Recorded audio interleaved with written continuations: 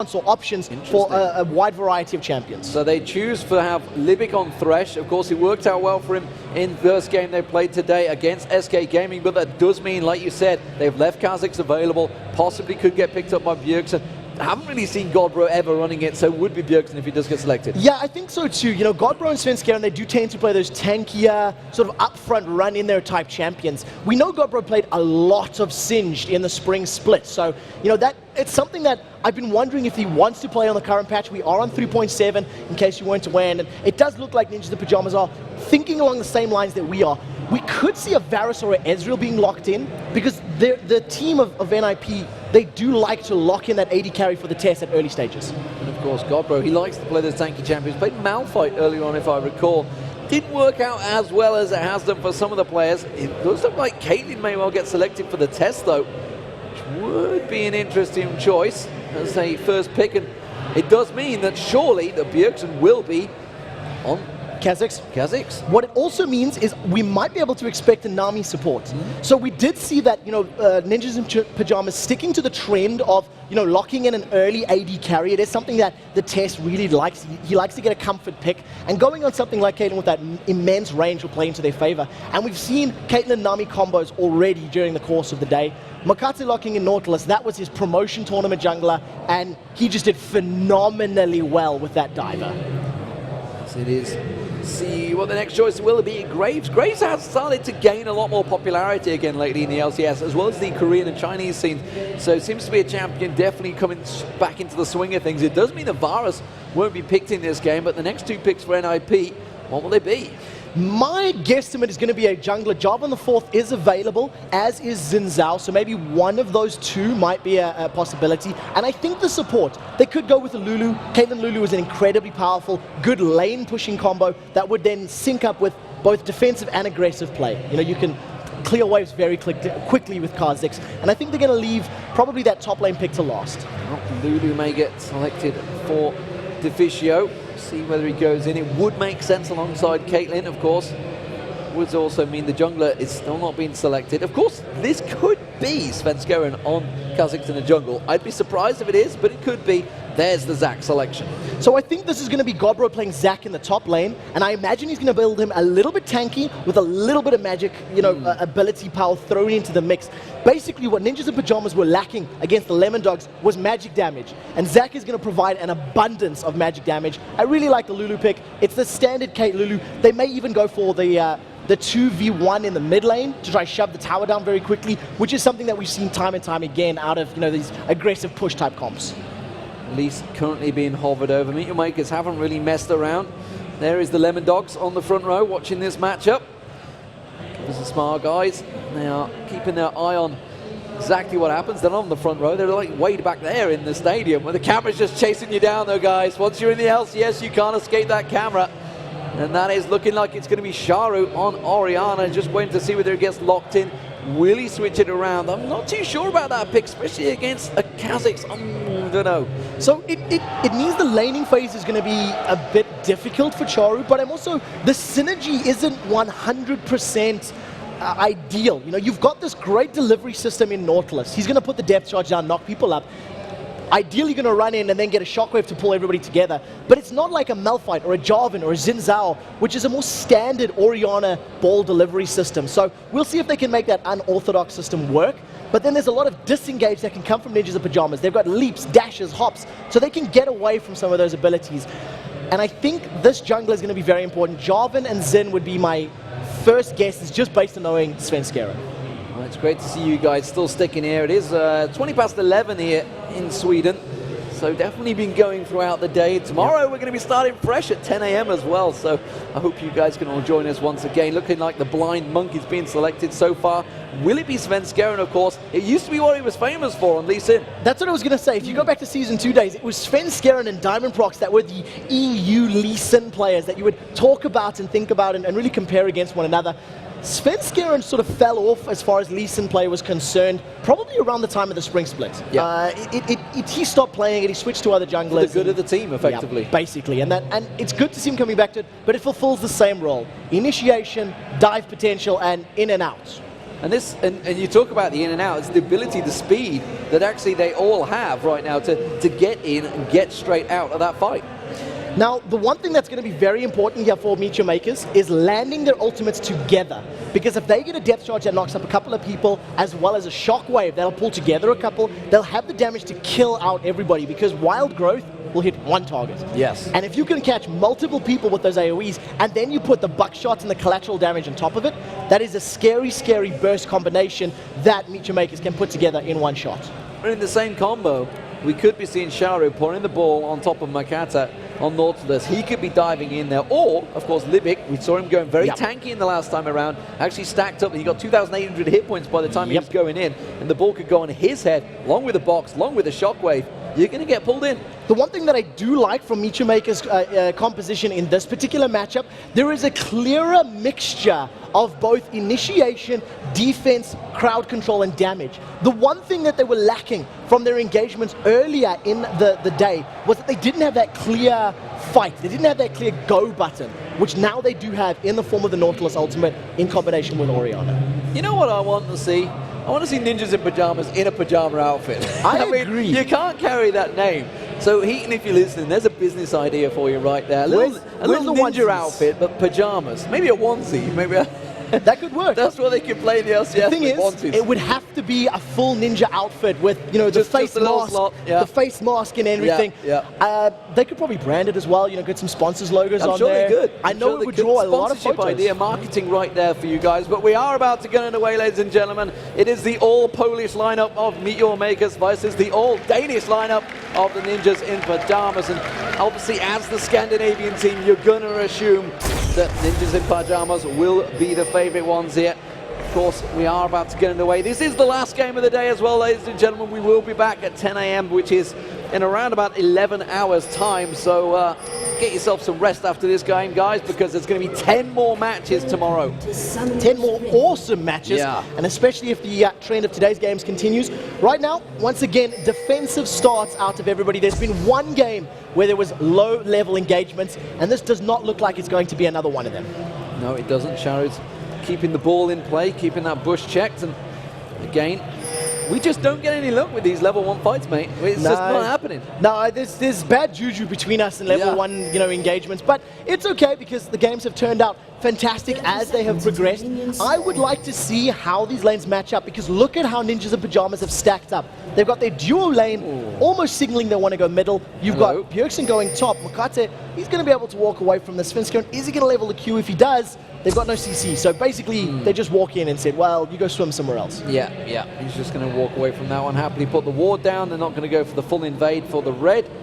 Does mean, of course, the Tribush was covered down the bottom lane. They're going to get the ward in the bottom river. It is going to be Libic that places it down there. Where was the Explorer ward used? I didn't see where that actually went down, but we'll be timing out shortly. Libic still hasn't used his Explorer ward just yet. And of course, the river completely covered off, and Meteor Maker starting off down this bottom lane. It's going to be standard lane formation setup as well, but 3 members, so they're actually helping Makata out there to take the double golems and then going straight round in a heavy hand to help him on the red. So basically, if they could get him that early level advantage, it allows him to gank at an earlier stage. And I think MYM have mind game Ninjas in Pyjamas. They've gone, well, we know Lulu Kate, we anticipate them coming middle, so let's try and get Nautilus to a ganking position sooner, so we can interrupt the flow, interrupt the game plan of Ninjas in Pyjamas, and we'll see if it actually pans out that way. Well, we do see the lane switching around. The Tess has gone into the mid lane along with Deficio up against him. Oh, we do see Godbro actually getting lashed there by Libic, and that forces Godbro well away from that lane, having to chug through those pots. So Sharu now up against the 2v1 in this mid. So we'll see how well he can do. He's obviously got the Command Protect shield off some of that damage if he can get them on time, but some great poke from both Deficio and the Testers forced him to chug through some of those potions already. And you can see he started with a cloth 5 pot, so he knew that this was going to be the lane matchup. He manages to sidestep that pult over Peacemaker. Well, I mean, it makes sense. Even up against, obviously, Bjergsen as well. He had to go the cloth 5, so Bjergsen, that means, is going to be up in the top lane against Kubon. So it's going to be Elise versus Kazakhs, and actually that's not a bad fight for Kuban. No, it's one that actually can go either way, depending on who gets the early poke down. Both champions have got that like mini sustain from Elise's Spiderlings and from the Void Spikes of Car, but it's not very big numbers. So basically, whoever can get their poke to stick longer has the potential to execute one another. Oh, Makata and Svenskeren going head to head. They're both with the double buff. Neither really going like, hey, you can have the race. And it's a standoff. They're like, who wants to start the race? Not me. And of course, this is an advantageous position for Svenskeren because he has the numbers advantage in the middle lane. If the Tess and Deficio come to play, that's going to be a 3 versus 2 in the best case scenario for MYM. Svenskeren does just have smites available, so he may decide to just smite this big wraith and then back away. Well, he's going to keep Makata away. Does use the smite. Deficio comes around to try and bully him out. Meanwhile, down that bottom lane, Godbro did get hooked briefly there by Libic, but they are keeping the pressure on towards the top turret. And the top lane, actually, Bjergsen's been taking a lot of damage from Kuban. So there's one thing that is playing into the favor of Meet Your Makers now. Not only has Kuban put a lot of pressure onto Bjergsen, he's also farming very well right now in comparison to Godbro, who is 10 CS behind. So if you just go on base statistics and items, etc., obviously you want Elise to get more farm. She needs items to have a bigger impact in those team fights than what Zac does. Yeah, in terms of CS between both AD carries, it's fairly close still. And actually across the board, the big advantage is that Godbro is just being completely harassed out of it down the bottom, whereas Kuban, he's quite happily farming in that top lane along with Bjergsen. Godbro is not doing so well in this 2v1 lane compared to Sharu in the mid lane. Now, the fact that he's, a melee champion is obviously going to play against him. He does have the sustain from that passive, but it's not massive numbers, and you can basically just see him doing the best that he can to CS underneath this tower and takes a lot of damage, gets hooked up for his troubles, the play backwards, Godbro's low. Takes him very low, but Svenskeren is back there to cover off the lane, and maybe just buy Godbro a little bit of time. Instead, it's Svenskeren that's going to go back. Makata shows himself in that mid lane, still with that double buff on, but unable to the hook! Anything. The hook does land out there. But, well, Makata's actually happy to go going in the mid lane, keeping the pressure down. So remember, as long as that shield is up for Nautilus, his Titan's Wrath, he's going to be dealing that percentage HP as well as missing HP damage as he continues to attack. So it's very, very important to focus that shield down before you continue the trade. And that's basically what the Tess and Deficio did. The moment they got hooked and rooted, they just popped the shield and they went, well, if you want to stick around, we will out DPS you. And this trade is working very well for Meteor Makers, because you can see that tower on that bottom lane is going to be the first one to go down. Meanwhile, the mid turret, it's still at half health, so looks like Meteor Makers are going to draw the effective first blood, taking that tower down in the bottom lane. 6 minutes into this game, they're just farming out in between, and the last hit will come through. So Meteor Makers, what will they do with it? They now have the map available to them to rotate around. Looking like the mid lane maybe where the focus is going to be, though. You can see Makata coming back in there again. Sharu has just come back from buying, got himself that tier of the goddess. He's going to be farming for days in the mid. So initially I had thought that Ninjas in Pyjamas were going to try to do a very early tower push, and by putting Kate and Lulu there, it sort of signaled it. But they haven't been overly aggressive with the push. They haven't used, their respective Q spells to shove the lane as quickly as they could. And of course, you've seen Makata spend a lot of time in that mid lane, basically preventing the Tess and Deficio doing that, basically hanging around saying, well, we don't want you to play that strategy. So instead, the jungler will camp, put himself a little bit behind in terms of overall farming, but basically save the tower, and it's worked out because they've got the first, objective of the game. You see Svenskeren looking towards this top lane. Maybe he's going to try and get something on towards Kuban. Kuban hasn't noticed him. The switch to spider form, switch around. Bjergsen trying to bait him in there, making sure he keeps the CS going. Will he notice the fact that he just got that large minion and Bjergsen didn't level up to 6? Kuban's thinking, I hit 6 before Bjergsen here. Potentially someone could be close. Yeah, and right now Bjergsen, he's already been back, got that tier, got that longsword, got a very, very big wave of creeps to farm up in front of him. You never really want to fight and gank when you got that much CS to potentially lose. The hook goes out, just goes awry of the Tess. A little bit low on mana anyway, but you can see Svenskeren sniffing around.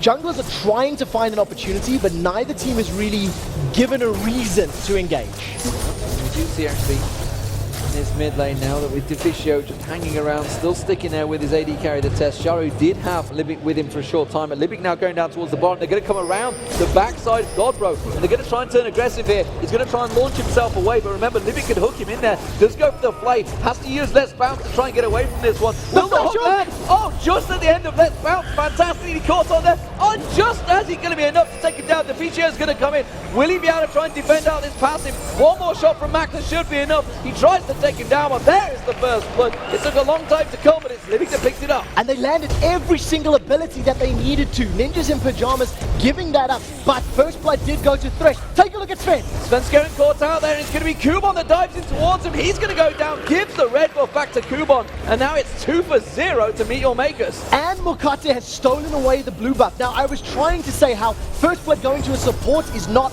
the end of the world as far as the team is concerned, because that gold will go to aura items or to HP items as opposed to going to carry will now kill me items. The hook has got Deficio. The hook on Deficio is not going to be enough to follow it up, though. The test does come in to support him, and that's damage being done. And Meet Your Makers looking good here. The blue buff still, the red taken back away from Svenskeren, and now the blue buff of their own being picked up by Sharu puts them in a commanding position. The gold lead stretched immediately to 2.5k. That was a great play there from Libic as well. He landed the death sentence, and there's that Lee syndrome that when you land the Q, you want to press it again to dive in. But Libic realized that even though he'd hooked Deficio was level 6, he had wild growth available, and there simply wasn't enough damage for Grave to follow up and get the kill. So basically he just says, I'll catch you another day. Godbro farming back out in that mid lane, keeping things going. But I tell you what, in terms of CS, in terms of farm, Bjergsen's fallen behind Sharu. You see Kubon, he's stretching ahead of Godbro, and the AD carries. That's the only difference. The test has been keeping them in it here. He's still got that 10 CS difference. Hasn't quite pushed the tower down though, of course, and that's what Meet Your Makers have. They're starting to take advantage of their map positioning, starting to try and shove them down, and NiP, you've got to be careful they don't let this one snowball away from them. So they've just started warning up the river as well, because they realize with that bottom tower down, MYM's focus is going to be on this dragon in the next couple of minutes. They're going to be looking to try force the objective. You were touching on Bjergsen's farm, and dare I say it, but Kubon might be the first player to control Bjergsen in a lane. He's got ahead of him. He's kept Bjergsen from really having an impact in that matchup, and you know, we have seen Bjergsen have slow starts before, but he tends to keep up in CS, and he's not doing it this time around.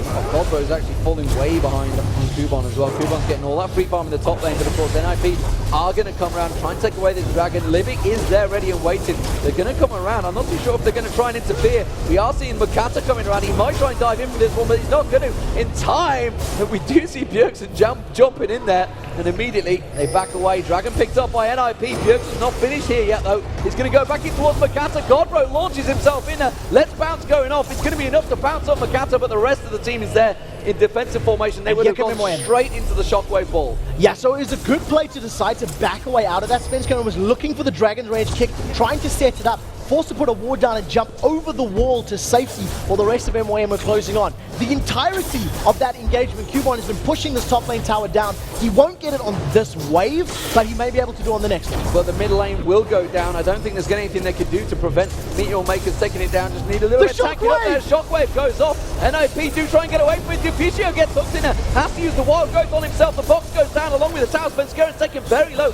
The ignite will not be enough to finish him off though. And Meet Your Makers take down 3 turrets, 2 back-to-back in very quick succession. Yeah, and that was such a fantastic shockwave. Charu hit 4 members of Ninjas in Pyjamas. If he does that again in a team fight where tanking the turret for 10 years, they're going to win that team fight. He's even cheeky enough to steal the big wraith away. Very cheeky indeed. And Duke continues to push. He stamps on those little globules of Godbro, keeping him away. So gold lead stretching ever so slightly again. You can see it is 3.5k now. Every time they gain a little advantage, they take a 1,000 gold lead, and it's starting to become a problem because they will start to turn into items, the experience they'll gain from it, and it's going to be a problem. Look at Sharu, he's 2 levels over Bjergsen right now. Look at Kubon, he's 2 levels over Godbro. This is starting to become an issue. And that is with the dragon on the side of NiP. So even if they even out the towers, they're still going to be behind a gold. Bjergsen's been taken so low. Sunk the fangs in there, Kubon, and just forces him to jump away. Hasn't hit 11 yet, so he hasn't managed to get that second evolution of the jump, so he can't be too cautious, too abrasive in the top lane. And Kubon Well, he's becoming a bit of an unstoppable machine on there. He's got all that magic pen. You can see the haunting guys in there as well as the sorcerer's boots. He's going to cause problems for anyone. Yeah, and basically the null magic mantle that Bjergsen's picked up, plus a little bit of ammo from the Hex Drinker, it's simply not enough. He is being beaten out by Cubon's Elise, and we'll see how well that is going to affect him in the matchup, because in terms of head-to-head, it's a 20 CS deficit that Bjergsen's playing from right now. And this is the second game of the day that NiP are playing from behind. Blue buff is up, and Mokata is pretty much going to say, I want this. Yeah, remember, they have the timing on it perfectly because they did take it round in the last time. Pink Ward gets put down by Libic there, wants to make sure it's all clear, does happily stand on that trap of Caitlyn, and they are pinging on the blue buff. Meteor Makers, they're going to forcefully take this one. Yeah, they've got the ability to do so because they've got positioning and vision. So if NiP go in on this, it's going to be blind, but Svenskeren wants to. The cocoon goes out, he just misses, and Cubon, that was the ball delivery system right there. Command protect, onto release, get the repel down, and then get the shockwave. But NiP just weren't stacked up enough for the engagement. And the blue buff goes across to Sharu, so they've managed to steal that away once again. And now look how far they're going up. Look how aggressive they're being. Sharu really wants to go on the hunt. And it's this inner turret they're now looking towards. The creep wave will be coming, joining up there. Mokata happily to tank out that wave, stand on that trap, clear it out, and now they're all four members going to push in. While this is all happening, we do see Bjergsen going aggressive in the top lane. The hook comes in on towards Svenskeren. I'm not too sure. Bjergsen's going to get taken down in the top lane. The Cubon is very low as well. Cubon on the turret. Oh, he just about got away from it, but it's going to be the top turret, the bottom inner turret that goes down, and NiP forced to back away once again. The ignite wasn't enough. Cubon just managed to survive up there in the top lane. They traded back and forth, but Bjergsen technically won that engagement. Now he knows the shockwave is down, so he was thinking about the fight. There goes Sharu. Charu using the teleport to get in there, does manage to use the ball control, doesn't quite land it this time. He's going to continue chasing, he will have the defensive. Bjergsen trying to separate him. Is it going to be enough damage though? He's going to have those voice box back in a moment. You can see the ball landing again. Defensive ball comes in. Charu played that very, very well, did just enough to hold Bjergsen in place. Yeah, and he had no Summonate Ignite to do that. It was just purely using the abilities with that blue buff. Bjergsen stood his ground, even through the Hex Drinker was taken out. And I think he maybe overestimated his damage, but he had no boots either. So it's not like he could have run away. Orianna would have constantly sped herself up and continued to chase. So I think Bjergsen just tried to make the best of a bad situation. So 3-0 in kills, and the goal just continues to dribble all the way towards Meteor Makers. 4-0 in turrets without any reply, and honestly, NiP are not even close to taking them turrets yet either. They've got no ability to overextend.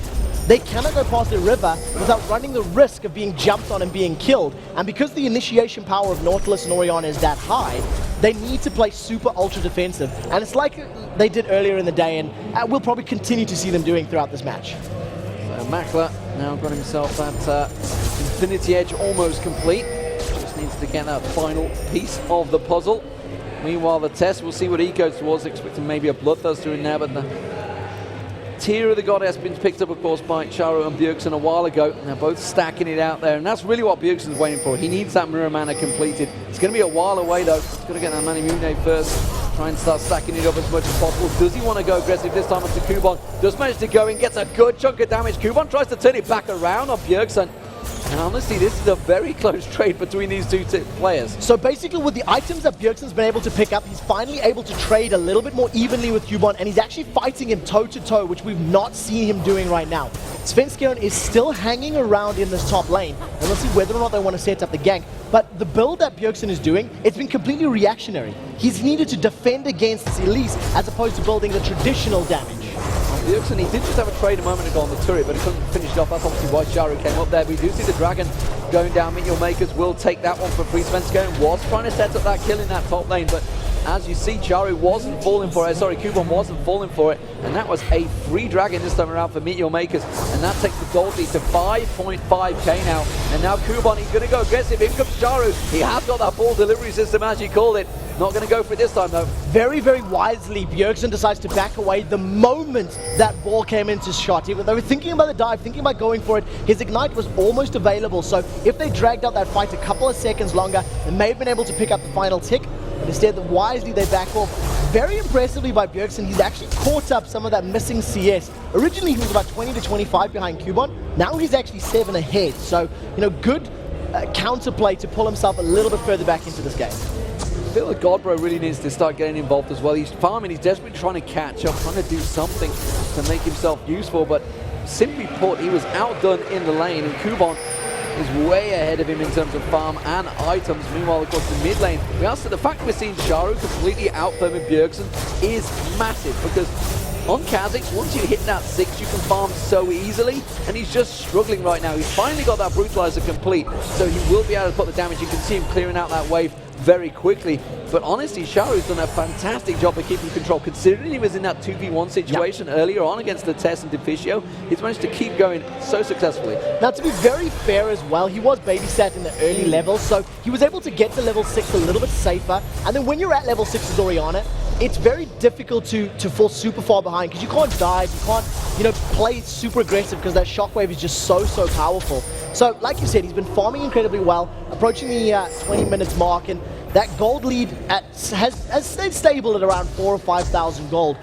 If Ninjas in Pyjamas can hold out, they will scale to a point where they can contest the battle, but right now they're just too far behind. This is what, the 3rd blue buff in a row that's been stolen. Yeah, they're happy to just come around there. This time around it's going to be Makler that gets it, double buff picked up on him, and now they're choosing to go towards that mid lane. Ooh, the test almost went in there as well. The hook coming out from Makata, not going to quite land.